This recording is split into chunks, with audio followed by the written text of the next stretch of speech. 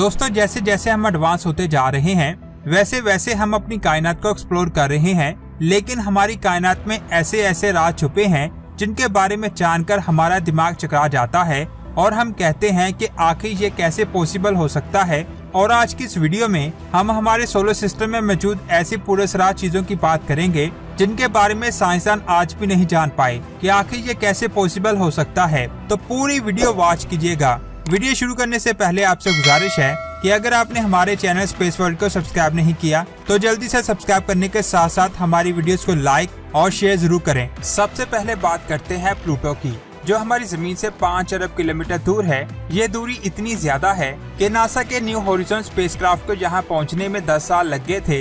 इस स्पेसक्राफ्ट ने वहाँ जाकर ऐसी तस्वीरें खींची जिन्हें देखकर साइंसदान हैरान हो गए थे, क्योंकि उन्हें कुछ नहीं समझ आ रहा था कि आखिर ये है क्या। इन तस्वीरों को आप भी देख सकते हैं जिनमें आपको प्लूटो की सतह पर ब्लैक कलर के निशान नजर आ रहे होंगे। साइंसदानों को नहीं पता कि आखिर ये निशान किस चीज के हैं। ये निशान प्लूटो की उस साइड पर हैं जो इसके मून चारों की तरफ झुकी हुई है।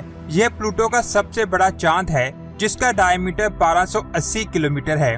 कई साइंसदानों का कहना है कि ये निशान प्लूटो की सतह पर खाइयों और क्रेटर्स के हो सकते हैं जो इस पर गिरने वाले एस्टेरॉयड की वजह से बने होंगे, लेकिन अभी तक इसके बारे में किसी को भी कुछ नहीं पता चल सका कि आखिर ये है क्या, जो आज तक एक मिस्ट्री है। अब बात करते हैं सूरज की, जो हमारे सोलर सिस्टम का बादशाह है। यह हमसे करीब 15 करोड़ किलोमीटर दूर है।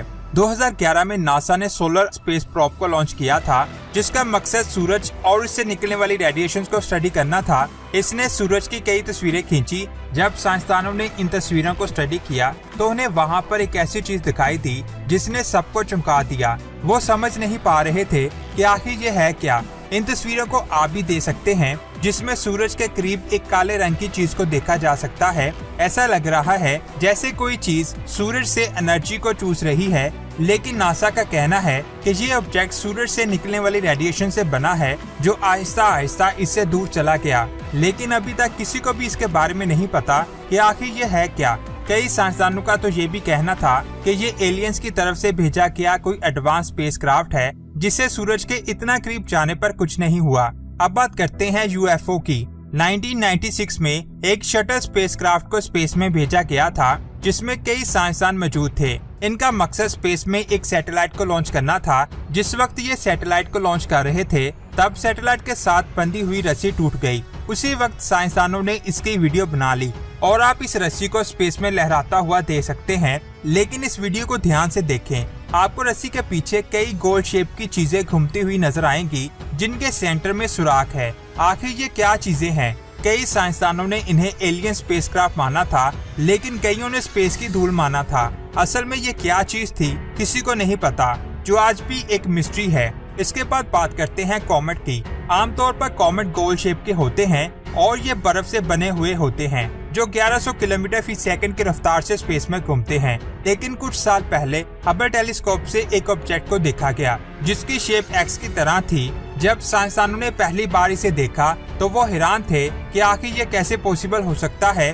क्योंकि आज तक जितने भी कॉमेट का ढूंढा किया है वो सब गोल शेप के थे, लेकिन ये कॉमेट एक्स शेप का था, जो बहुत अजीब बात थी। कई साइंसदानों का कहना है कि कॉमेट एक दूसरे से टकराने से भी बनते हैं। हो सकता है कि जो दो कॉमेट के टकराने से भी बना हो, जिसकी वजह से ये ऐसा दिखाई दे रहा है। लेकिन अभी तक साइंसदानों को इसकी असल वजह नहीं पता चल पाई कि आखिर ये ऐसा क्यों है, जो देखने में बहुत खूबसूरत लगता है। अब बात करते हैं ऐसे ऑब्जेक्ट की जो स्पेस में सूरज के पास रोशन दिखाई दे रहा था। इसे सबसे पहले 2012 में सोलर ऑर्बिटर स्पेस प्रोब से देखा गया था। इसका साइज हमारी जमीन से भी बड़ा था। इसे ध्यान से देखें तो आपको ऐसा लगेगा जैसे स्पेस में एक रोशन दरवाजा है। कई लोग कहते हैं कि ये कोई स्पेसक्राफ्ट हो सकता है जिससे रोशनी निकल रही है, लेकिन साइंसदान कहते हैं कि ये किसी कॉमेट की तस्वीर है जिसे खींचा ही ऐसे किया है जैसे स्पेस में रोशन दरवाजा है। लेकिन किसी को भी इसके बारे में सही से नहीं पता। ये भी आज तक एक बहुत बड़ी मिस्ट्री है। अब बात करते हैं हमारे सोलर सिस्टम के सबसे छोटे ड्वार्फ सितारे की, जिसका डायमीटर 946 किलोमीटर है। ये हमसे 26 करोड़ किलोमीटर दूर जुपिटर के करीब मौजूद है। जब नासा का एक स्पेसक्राफ्ट इसके पास पहुंचा तो उसने वहां पर एक सफेद डॉट को देखा। साइंसदान समझ नहीं पाए कि आखिर ये डॉट है क्या। जब ये स्पेसक्राफ्ट इसके और करीब गया तो वो एक नहीं बल्कि 2 डॉट थे, लेकिन जब ये स्पेसक्राफ्ट इसके और करीब गया तो वो 2 नहीं बल्कि कई डॉट थे और ये बर्फ के बने हुए पहाड़ थे। ये पहाड़ सेम ऐसे ही थे जैसे हमारी जमीन पर हैं। साइंसदान इस बात को समझ नहीं पाए कि हमारी जमीन से इतनी दूर किसी सियारे पर हमारे जैसे पहाड़ कैसे हो सकते हैं। हो सकता है इन पहाड़ों के नीचे पानी हो, जो आज भी हमारे लिए एक मिस्ट्री है। अब बात करते हैं कॉमेट 67P की। ये पहला ऐसा कॉमेट है जिस पर किसी स्पेसक्राफ्ट को लैंड करवाया गया था। इसको ध्यान से देखें, आपको ऐसा लगेगा जैसे 2 पत्थर एक दूसरे से जुड़े हैं। साइंसदानों को लगता है कि हो सकता है इसी तरह के किसी कॉमेट में पानी हमारी जमीन पर आया हो, जिसकी वजह से इसे स्टडी करने के लिए इस पर रोसेटा स्पेसक्राफ्ट को लैंड करवाया गया था। लैंड करने के बाद लैंडर ने देखा कि इसकी सतह कई जगहों से नरम थी और कई जगहों से सॉलिड थी, यानी ये कॉमेट कई कॉमेट के टकराने से बना था। हमें ये तो पता नहीं चल पाया कि हमारी जमीन पर पानी इसी कॉमेट से आया है या नहीं, लेकिन हमें ऐसे केमिकल कंपाउंड मिले हैं जिनसे जमीन पर लाइफ शुरू हुई थी, जिससे साबित हुआ कि जिंदगी इसी तरह के किसी कॉमेट से जमीन पर आई थी। जब ये कॉमेट सूरज की तरफ जाने लगा तो इसमें जमी गैस सूरज की रोशनी से पिघलने लगी और भाप बनकर स्पेस में उड़ने लगी, जिनको आप इस तस्वीर में देख सकते हैं। और स्पेसक्राफ्ट ने एक वीडियो जमीन पर भेजी जिसमें आप स्नोफॉल देख सकते हैं, जो सूरज की रोशनी से पिघलकर स्नोफॉल की तरह उसकी सतह पर गिरने लगी, जो हमारे लिए बहुत बड़ी डिस्कवरी थी। इससे साबित होता है कि जब इस तरह के कॉमेट जमीन पर गिरे थे तो वो सूरज की रोशनी में आकर फट गए और इसमें मौजूद आइस क्रिस्टल्स पिघलकर पानी बन गए और ये पानी पूरी जमीन पर फैल गया। लेकिन अभी तक साइंसदानों को इसके बारे में सही से नहीं पता चल पाया। अब बात करते हैं ब्लैक नाइट ऑब्जेक्ट की, जो पिछले कई सालों से हमारी जमीन के गिर्द ऑर्बिट कर रहा है। साइंसदानों का कहना है कि ये किसी स्पेसक्राफ्ट का हिस्सा है, लेकिन इसे किसी भी स्पेसक्राफ्ट को स्पेस में भेजने से पहले देखा गया था। इसे सबसे पहले 1988 में STS मिशन के दौरान देखा गया था। इसके डिजाइन की वजह से कई साइंसदान इसे एलियन स्पेसशिप मानते हैं, लेकिन कई साइंसदानों का कहना है कि ये 1938 में लॉन्च किए गए सैटेलाइट का हिस्सा है, यानी ये एक कबाड़ है जो कई सालों से जमीन के गिर्द ऑर्बिट कर रहा है। असल में ये है क्या, अभी तक किसी को नहीं पता।